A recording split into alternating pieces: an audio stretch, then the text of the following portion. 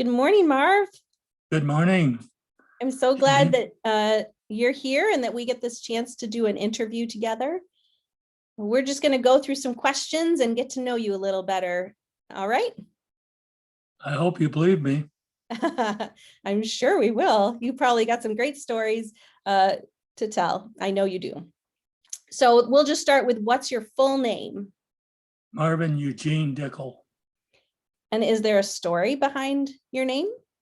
The Dickel is a German, and my grandfather immigrated from Germany to the Iowa Manna colonies. Excellent. And so where did you grow up? I grew up in Iowa during the Great Depression and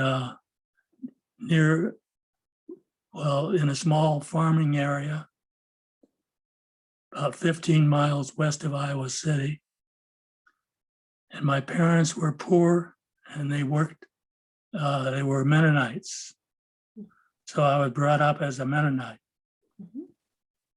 And that's one thing that I remember and still have a lot of connections with the Mennonites. I had ended up attending a one-room country school with 8 grades located on a dirt road 1 mile north of Freytown. Freytown is the area that is west of Iowa City. Oh, wow. We did not have electricity until after the Second World War. Mm. That was 1947. Wow. So we did not have the normal facilities that you would have. We had like outhouses we had. Mm-hmm. So my parents didn't have the money to send me to the Mennonite high school. So I ended up going to a public high school in Kelowna, which was about 12 miles from my home, Freytown. Mm. And that's where I met Vivian. Hmm. So I keep saying, thank goodness I couldn't go to the Mennonite high school. Otherwise, Yeah. I would have never met Vivian. Oh, it was meant to be. So, and ended up sweethearts in high school and was together for many, many years. Yeah. What a wonderful story. Love story. So I started working at the age of 6, going to my working experience. And I worked in order to earn money for to cover expenses and to cover money to go to high school. I Mm-hmm. worked my way through high school. Mm-hmm. And What kinds of jobs did you do? worked on the farm, helped raise turkeys with the neighbor, worked at a feed mill in the little town of Freytown. And in order to earn the money for my expenses.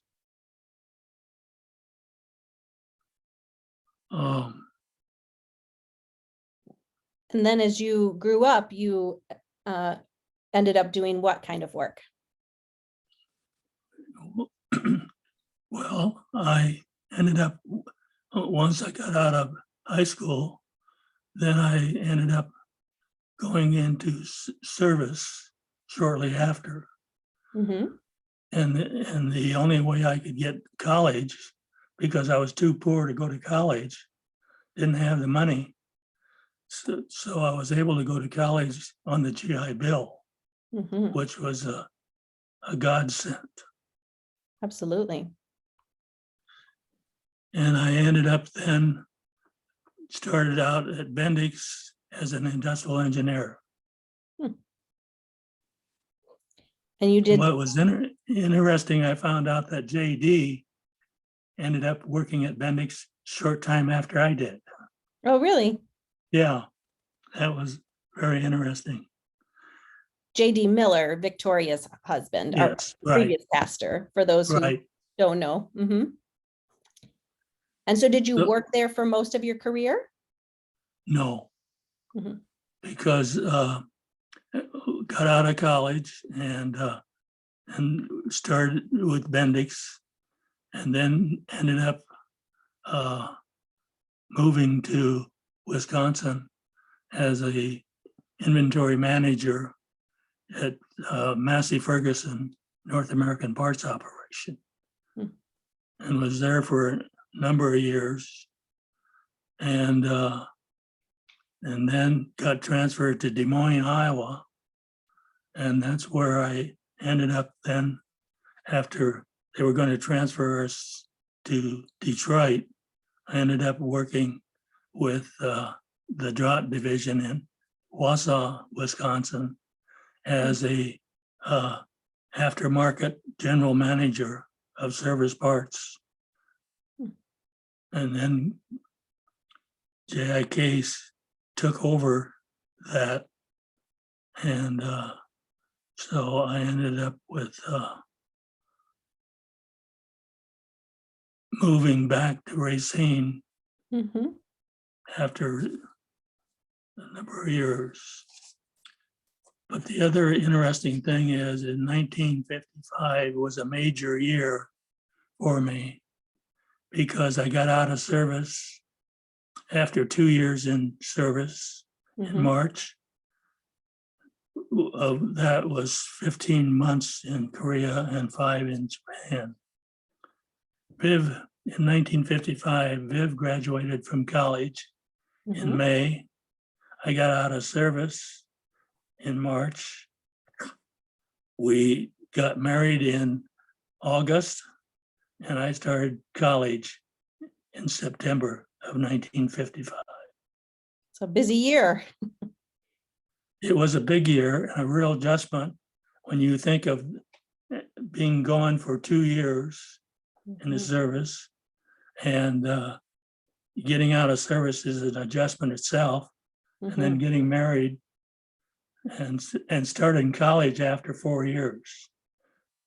Yeah, And I those can are a tell lot of you, adjustments. my first test, I didn't do very well Oh dear. because I didn't know how to study. Yeah. Well, I think you and a lot of college freshmen, but especially with that gap from high school. Yeah. I had a professor that I thought, gee, all you had to do was memorize out of the book. He Mm. says, no, it was physics and you have to learn how to think. Mm. And that was a real key. Absolutely. So go ahead. Well, I was going to ask the next question, which is what individuals have had the greatest influence on your faith life? I think my parents, various high school teachers, and various pastors. Mhm. And they have meant a lot to me. And as what I had faith in what they taught me. And the thing about it, I ended up having faith to do my own decisions Mhm. because my parents were Mennonites. They did not believe in military support. Mm. So I ended up in my senior year in high school, my last year, I decided that I should join the Methodist church and the local Methodist church because if I came back in from Korea in a box, I wanted to have a service. Mm. And the And the Mennonites Mennonites wouldn't and the do it. Mennonites would not do that. Oh, wow. So we ended up getting married as Methodists and came to Racine as Methodists.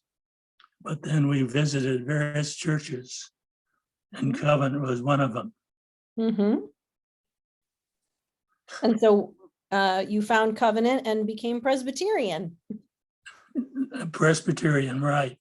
Yeah. I never thought I would be. I'm sure. Yeah. But anyhow, the reason we joined that was in 1966. Mm-hmm. And we joined the church because of the pastor at that time and the people. Mm-hmm. I cannot emphasize, because we visited various churches. I Mm-hmm. was very active in the Methodist church before we came to Racine. Mm-hmm. And I've always been involved in churches. Mm-hmm.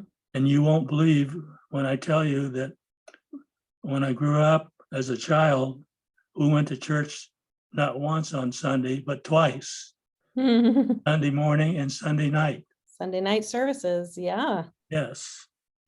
So church has meant a lot to me, and it still do. Mm-hmm. It's nice to hear that even our newest members also talk about joining because of the people. And so for all these years, the community at Covenant has really drawn people in and made them feel welcome. And I know you've been a part of that since you joined. Well, we was moved and was gone for about 5 years, 4 to 5 years. And when we came back here, again, we visited different churches, but it was the people at Covenant that brought us back. Yes. And so the people brought you back, and that's obviously a big reason church has been important to you, is the relationships and the people. And you've also had a lot of time doing different service work at the church with lots of different groups of people, right? Well, in 1966, when we joined the church, I never realized it, but they were in great financial difficulties. Mm-hmm. They were at the point of having to close the doors. Mm-hmm. And for some reason, I got drafted as a trustee Mhm. and had been a member of the trustees for years. I don't know how many years, 20 some plus. Mm-hmm. And, but we were able to turn around and refinance our whole financial structure, which was completely outdated. Mm-hmm. And part of it was the fact that we hadn't communicated to the members. And that was one of the first things I did, was communicate to the members where we're going to be at year end. And we had a huge deficit. Mm. I had a member come to me and said, Marvin, I will make up half of that deficit if you can get the congregation to make up the other half. And that was our turning point back in the 60s. So I've been a part of this church, and that's where I want to end my life. Mm-hmm. Yes. What do you think the best part of being part of a church is? Is being people and having faith and worshiping God. Mm-hmm. And believe me, I have done that ever since I was a child, because my parents were very church going oriented. Well, and Covenant certainly has turned around in those years and to a place where we're much more stable. I've heard those stories of telling the pastor, please don't cash the check until we've been to the bank this week and things like that. This is right. You and a lot of those folks who worked with you really turned that around to make it the stable place that it is today. Where do you find yourself most aware of God's presence? When do you most experience God? In my daily life, and I go back to my going into service. I found God is present in my daily life. Mm-hmm. I have prayed almost daily ever since I grew up, and it means a lot to me. I'm not a reader of the Bible that much, and which I hate to admit, but You're not alone in that. but my family and we always believed in helping people and doing what was right, what we felt was right. And I still feel very strongly on that. Definitely. That's definitely been an important part of your life's work, is to be part of service and working and helping others. And I know that was important with Vivian as well. It was, and I had over 50 years with the church. That's a lot of years. It is a lot of years.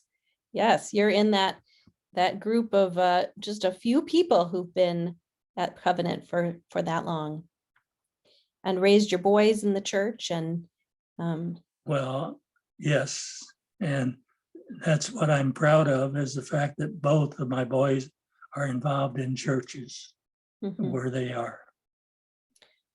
One's a Presbyterian, one's a Methodist. They took both sides of what you had to begin with. Well, you've certainly offered a lot of your gifts and talents and skills to the church and out in the world throughout all of these years, and we are grateful for that.